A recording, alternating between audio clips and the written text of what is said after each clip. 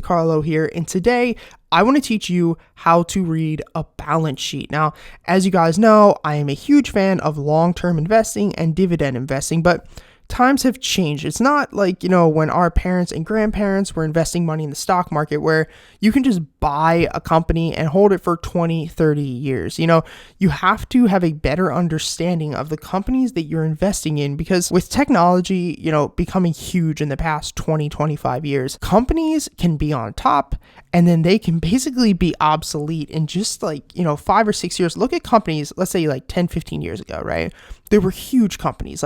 Let's look at Macy's, Radio Shack, Best Buy, and even Blockbuster, right? Imagine if you were to invest all of your money in those companies 15 years ago when they were at their peak. Well, that wouldn't be good. You wouldn't have a lot of money to retire with right now. And so it's more important. I like to do I call it modern investing. And really, it's just more of understanding the companies, every single company that you invest in, understanding the fundamentals, understanding how to read the income statement, balance sheet, 10Ks, 10Qs, listening to the earnings call. And it's definitely a more active approach, but in the long term, it will really help you grow a portfolio that you can eventually retire on. And so today we're going to go over how to read a balance sheet.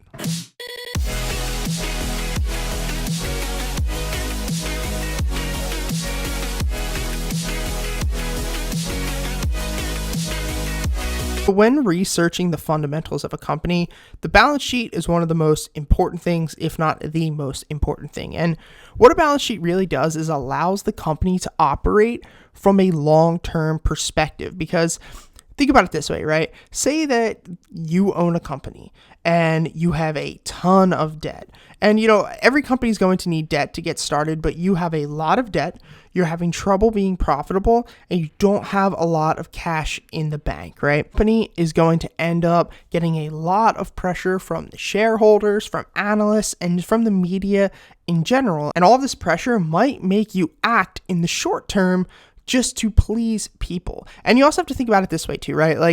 Let's look at a company like Boeing. They have had some major issues with the 737 MAX, and none of their planes have been in flight for, I think, almost a year now. Let's look at another company, like Skyworks Solutions that we'll be looking at today. Almost 45% of their revenue comes from Apple alone. Now, let's say that Skyworks Solution has a ton of debt. They don't have a lot of cash in the bank. And then out of nowhere, for some reason, Apple's like, Skyworks, we're not going to use your chips for the next round of iPhones. And Skyworks Solution loses 45% of their revenue. If they don't have a strong balance sheet, they might have to make some short-term decisions that will end up hurting the long-term growth of the company. Maybe they'll have to lay off thousands of employees. Maybe they will have to cut their dividend or get rid of the dividend entirely. Or if it's really that bad, maybe they go out of business in general. So if you're investing in a company, you need to know how to read the balance sheet. And we are going to go over that right now, line by line. Let's go. The way that you can look at a balance sheet and an income statement is either quarterly, which is every 3 months, or annually. We want to look at it annually, and we want to see at least the last 3 years. Yahoo gives us 4. The next thing is to remember that all these numbers are in thousands. So, here where it says cash and cash equivalents, not 1.82 million, that is 1.82 billion. Okay. So now let's get started. A balance sheet is really broken down into 2 main areas: assets and, of course, liabilities. First line that you are going to see is cash and cash equivalents. Now, this is anything that can immediately be turned into cash. This might be, a savings account sitting around or a checking account that the company has. The next is going to be short-term investments. Now, this is, if a company owns stock, a CD account, really it's anything that they have a short-term investment in that they're going to be getting the return within the next 3 to 6 months. So now the next that you're going to see is net receivables. And now this is really just anything that the company has sold, but they haven't been paid for yet. So, we're looking at Skyworks Solutions. Let's say that they provided all the chips for the most recent iPhone launch, and Apple has yet to pay them. So this would go in the net receivables area. Next, we have inventory.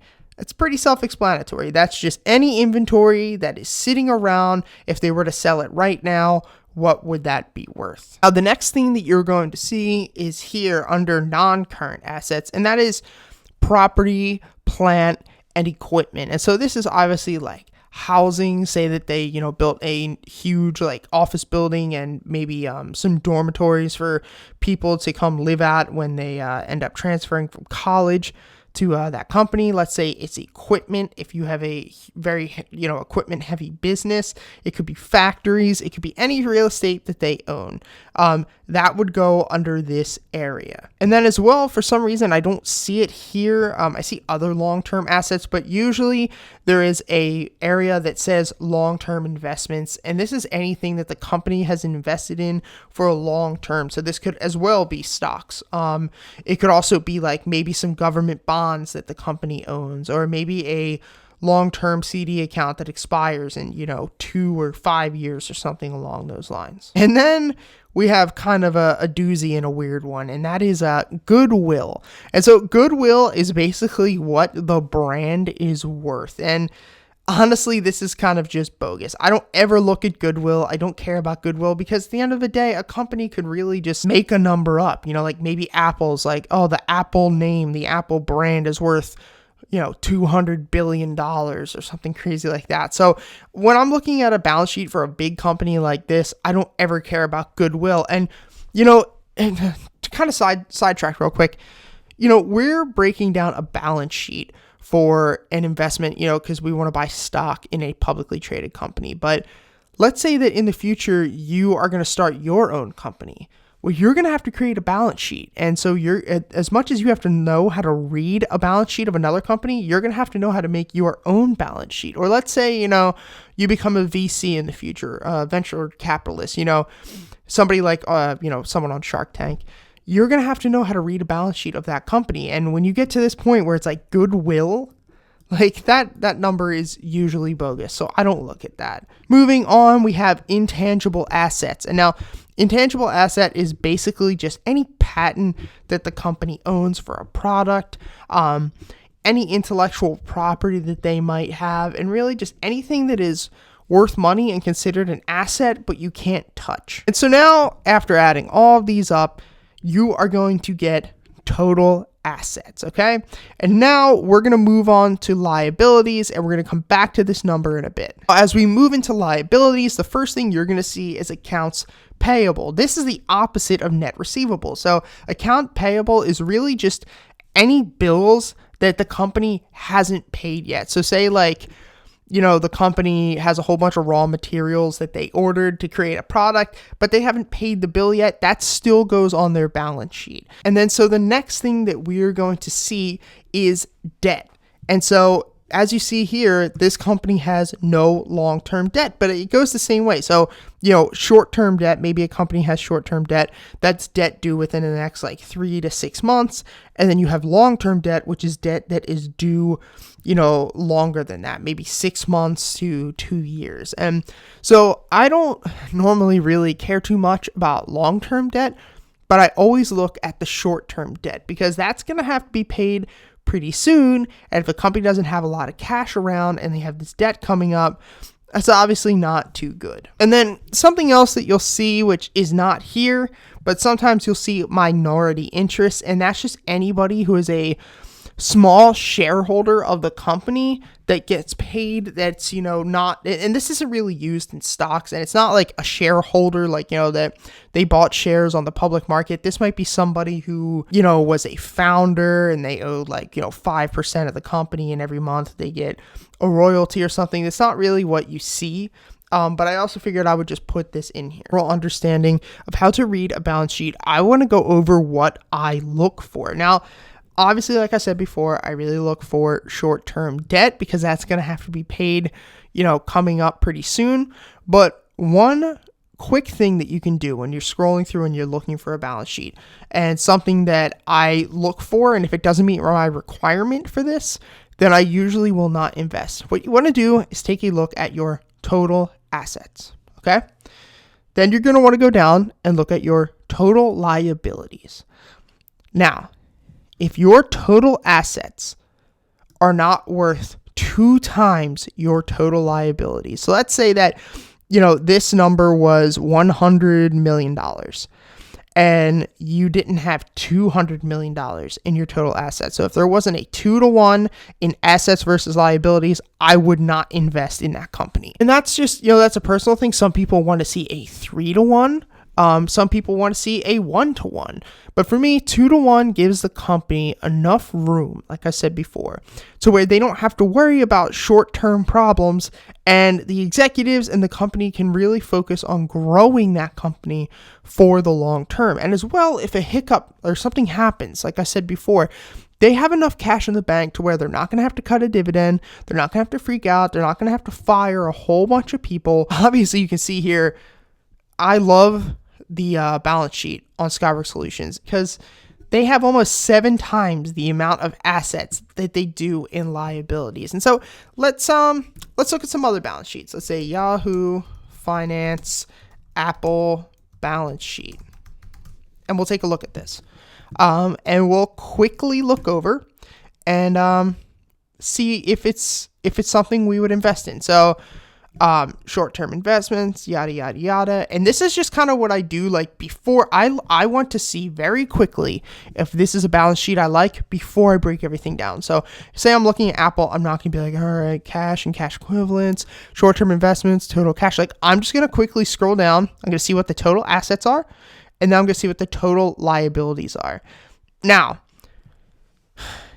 Apple is a huge conglomerate company, right?